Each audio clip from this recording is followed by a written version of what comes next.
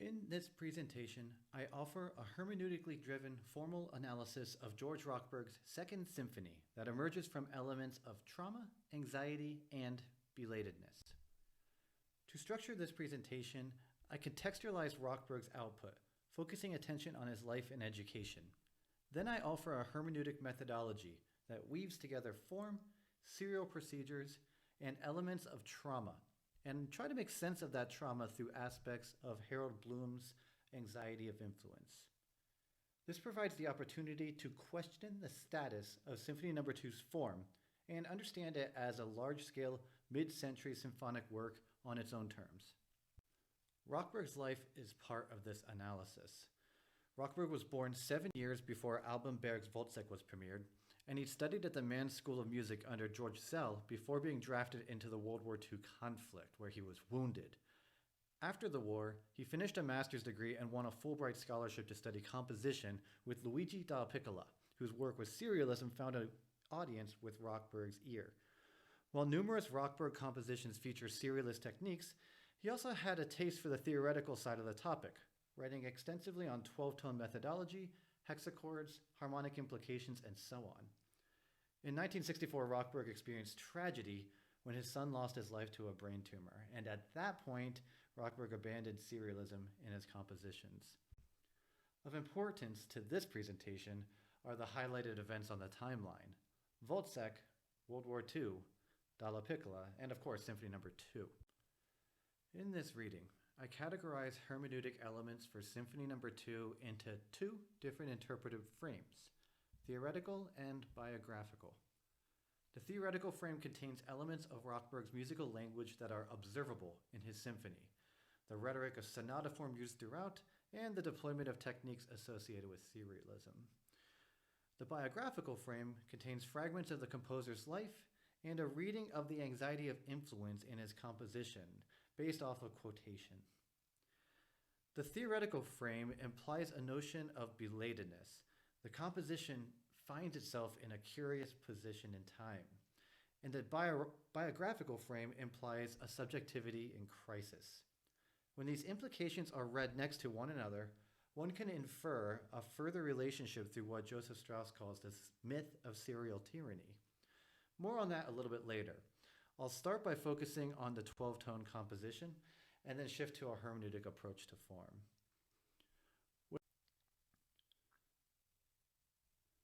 When writing the first 12-tone symphony composed by an American, Rochberg said that, quote, "I needed a language expressive and expansive enough to say what I had to. My war experience had etched itself deep into my soul," end quote. He later told Richard Dufalo that, quote, "One of the most powerful impulses toward 12-tone, serialism, whatever you want to call it, was my reaction to my war experience, which began to take over after the war," end quote. As we will see, Rochberg's treatment of serialism in this symphony is best understood as 12-tone writing, thematic composition, where each row form takes on a dramatis personae in the story, rather than a more conventional serial procedure rooted in Schoenberg's principle of the series. But serialism is only one part of this musical story. It makes more sense when serialism is tied to the symphony's formal structure.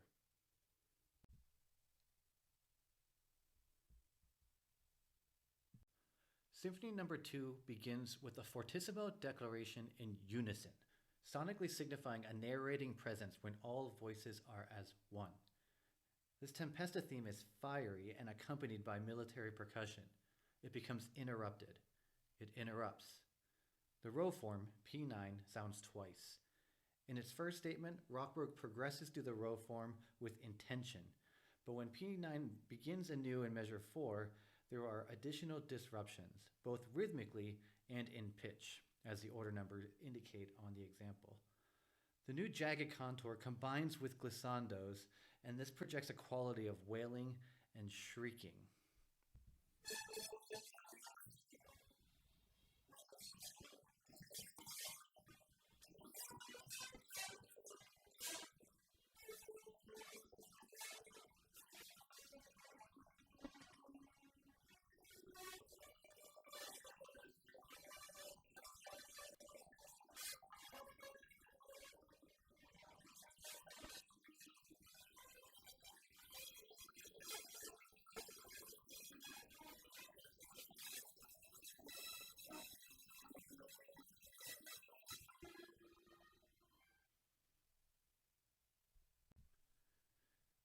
If we examine the theme's set class content, we see the generative hexachord for the symphony, 014589, otherwise known as the hexatonic collection, which is a special set class in its own right.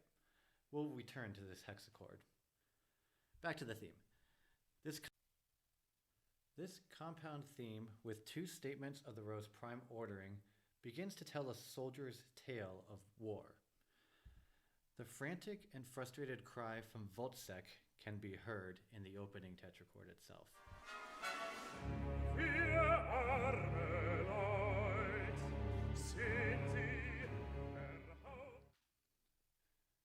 That four-note grouping, 419, 0148, brings a borrowed meaning through influence.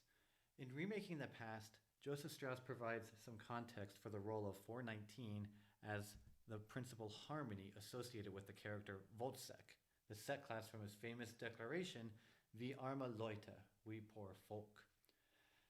As if transplanted into 1955, Rochberg's symphony opens with a T6 variant of Wozzeck's declamation, which marches through the row without pause. Wozzeck makes it explicit that this is a war story. Example 3 is a continuation of the main theme area and shows the initial part to the symphony's subordinate theme, which takes on a more lyrical quality than the main theme. While Wozzeck's declamation and subsequent tragic theme was full of hesitation and angst, the lyrical subordinate theme is smoother rhythmically, yet it gets stuck after progressing through the opening hexachord to the I4 series, which is also a form of 014589, the first 6 notes. The subordinate theme, as a sort of cantabile, differs in quality from the previous theme. Rather than strings and brass dominating the scene, winds take precedence. The lyrical theme relies more heavily on the conventions of tonality. Consonant melodic intervals pervade and help project that cantabile quality. In the example, the first 6 notes in this series reveal a hexatonic pole relationship between respelled E major and C minor outlines. Richard Cohn discusses this uncanny triadic relationship's abundance in Romantic music, and there is hermeneutic potential in that association here. Michael Sherlin claims that modernist music actively avoids tonal implications, thus repressing the desire to evoke familiar structures. Those represented structures and those repressed structures arise in the subordinate theme's presentation of the hexatonic collection, which marks this lyrical theme as one that has been impacted by the reaches of conflict.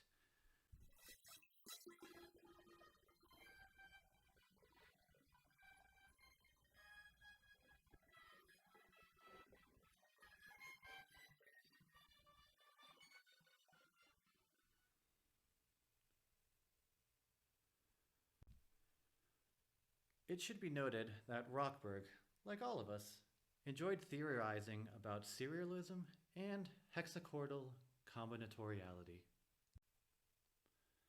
Rochberg's serialism is exemplified by his way of organizing the row based on hexachords in such fashion that its transpositions through inversion could take on an analogical relation to tonal centers through locus. In other words, themes are associated with particular forms of the series, and that generates the form. Over time, Rochberg maintained interest in how hexachords imply harmonies, but his theorizing was not always well received. George Pearl criticizes the scope of Rochberg's hexachord and its relation to the 12-tone row, saying that it was limited and restricted. Thus, its meaningfulness suffers considerably from a few things not being pointed to. Example 4 shows the hexachordal content for the symphony. The work is based on one hexachord, 014589, which is one of the 6 all-combinatorial hexachords. Rochberg's ill-received monograph by Pearl focuses on a theoretical concept found in many compositions that come from the Second Viennese School, inversional hexachordal combinatoriality, or in Rochberg's term, mirror inversion. The 2 hexachords in the example, labeled A and B, comprise the complete series in which hexachord B is a literal derivation of hexachord A through inversion. Both forms juxtapose in an acoustic and visual mirror of their intervallic structure, which is shown by ordered pitch interval between the staves. But it is inadequate to talk about these particular row forms, P9 and I4, as abstract collections of pitches. The interest comes from examining how they are used in a discussion and in dialogue with one another to discover the symphony's form. Rochberg casts Symphony No. 2 in a sonata form, a structure whose thematic repetition creates a clear, memorable discourse. Shown in example 5, Symphony No. 2 is a sonata cycle, with each movement contributing to the larger principle. The symphony's form divides into an exposition, movement 1, and a development, which is comprised of movements 2 and 3, and finally a recapitulation in movement 4. And movement 1 is cast as a sonata form in itself, with its own internal exposition, development, and recapitulation. This formal organization is actualized by Rochberg's use of the row, demonstrating that he was searching for ways to, quote, employ a total chromatic palette, melodic and harmonic, on a large scale true to what the term symphony has come to mean after Beethoven, without losing a sense of proportion, continuity, and growth, end quote. And that comes from Joan DeVee Dixon's Biographical Guide to Rochberg's Life and Works, 1992. Example 6 combines serial row forms, thematic content, and the overall form into one image. In example 6, themes are clarified in terms of row selection, with each note on the staff representing the starting pitch class of the series, with the series names being listed above and any thematic content being associated as well listed above that. The themes analyzed above are significant to formal boundaries in the work. Wozzeck's declamation, WD in the diagram, the traumatic main theme, which is really an elaboration of Wozzeck's declamation, listed as TT on the diagram, and the lyrical theme, LT, are labeled in the figure to show how this particular sonata cycle is actualized. By choosing sonata, Rochberg confirms a method of narration, a formal discourse that exists as a type of misreading in the modernist music of the Second Viennese School, according to Joe Strauss. Edward Said points to how modernist works are out of their own time, quote, returning to ancient myth or antique forms for their inspiration, end quote. Serialism, Wozzeck, sonata form, all of these cause Rochberg's symphony to kind of fall outside of its own time. Wozzeck's declamation impacts the development of the form as well as the exposition. It returns after a lengthy absence. We're talking about the development section. But its loud interruption appears quote and unquote off tonic in measure 657, appearing on P5 rather than the original P9. Its return is Wozzeck's return, but it's not the same character. It is the tragic resurgence of innumerable war experiences that Rochberg conjures through the idea of soldier.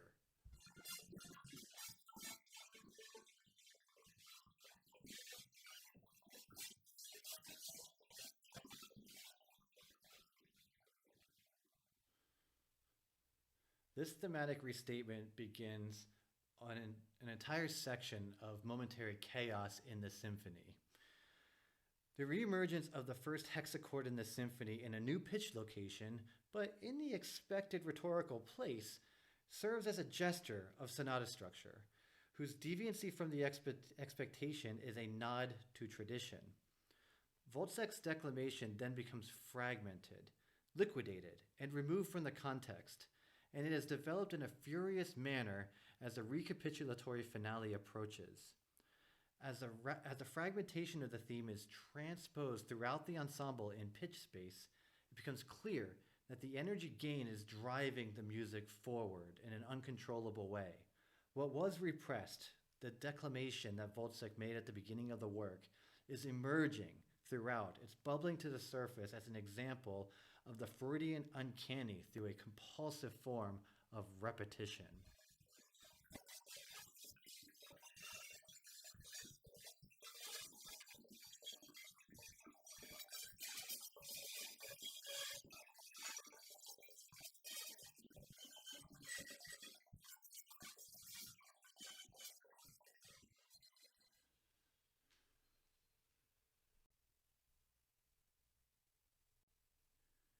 According to Freud, the uncanny is the class of the terrifying which leads back to something long known to us, once very familiar. The uncanny effect released in the recapitulation of Symphony No. 2 is enhanced through compulsive repetition that leads to it. Michael Klein says that repetition both conjures up the uncanny from the primal mind and forces the uncanny back down to the subconscious. The mind traps itself in cycles of repetition. Instead of simply stating the notes of the leitmotif, Rochberg repeats the initiating pitch of the Voltsek reference alone, and that reference makes incredible use of repetition throughout the work. That repetition establishes the compulsive repetition of the uncanny long before it is interpreted between hexatonic pulse sonorities in the lyrical theme. As the sonata form unfolds, Voltsek's declamation becomes repressed by the following themes by the development section. What ensues is a declamation's compulsive repetition throughout that development, which approaches total textural saturation of that repeated note gesture, what you just heard, before resurfacing in a moment of terror, which also contains its own repetitions. Trauma and anxiety exacerbate one another. Harold Bloom explores the role that influence plays in creating a Freudian sense of anxiety within a poet as they struggle with the past. Kevin Corson, Adam Krins, Joseph Strauss, Lawrence Kramer, etc. Extend Bloom's theory into music analysis. And in Symphony No. 2, Rochberg anxiously turns toward history and the past in two fundamental ways. One, in search of a way to express trauma through a musical language and also through a character that can adequately express that language and trauma. And two, to seek an organizing principle for the quote and unquote modernist symphony. For Rochberg, the role of a modernist is, quote, to compose a music which, because its structure is clear and directly immediate to the ear, its shapes are indelible, as perfect in their delineation as humanly possible, its emotional scenario is rich, humanly felt, humanly perceivable, can be remembered. Rochberg chose the character that he remembered, Voltsek, and took his melody of all the people and completed the thought, a Bloomian revision called a tessera. Rochberg chose the character, Voltsek, for a reason, and he completed the fragment of that character's first statements. Viewed in this way, Rochberg is interpreting Voltsek, or better yet, Voltsek is interpreting himself through Rochberg's symphony.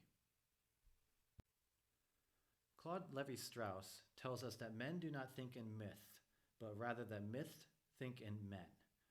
Reading that chiasmus provides pathways into interpreting this work.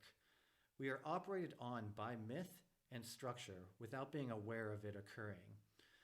Joseph Strauss articulates these thoughts in what he calls the myth of serial tyranny. And the myth of serial tyranny describes how everyone was composing serialism in America from 1950 to 1970. Yet Strauss says that the idea of serial domination is essentially false, and he goes through a number of ways of showing this. It makes sense that the first 12-tone symphony composed by an American would be one that is acted upon by this myth. The composer, with what Jonathan Kramer calls a European bias, who anxiously looked to the Second Viennese School, ultimately composes a work that finds itself in a specific type of mythos that is 100% American. Serialism, trauma, anxiety, sonata form, the uncanny, Voltsek, and Rochberg's life experience generate a reading of lateness in this symphony. Joseph Strauss tells us that the sonata form in the 20th century is, quote, not revived, but created anew, end quote. The presence of the sonata principle organizes this large-scale orchestral composition, yet Rochberg misreads it. He uses ideas of false recapitulation and undercutting of schematic expectation, but he's not the first to do that. His belatedness also shows through his contribution to the trends of the day, to the myth of serial tyranny in terms of composition, but also to the theoretical discourse surrounding 12-tone methodology and the conflation of 12-tone methodology and serialism in his own writing. By viewing his 12-tone composition within that myth, a hermeneutic approach to form can begin to take shape, where we can interpret a wartime story about a character, a soldier, and his tragic story about trauma and belatedness. And we can understand this theoretical frame when we compare it alongside a biographical frame. And this approach to musical meaning and form is really only the beginning of getting into what this work is really trying to tell us about ourselves.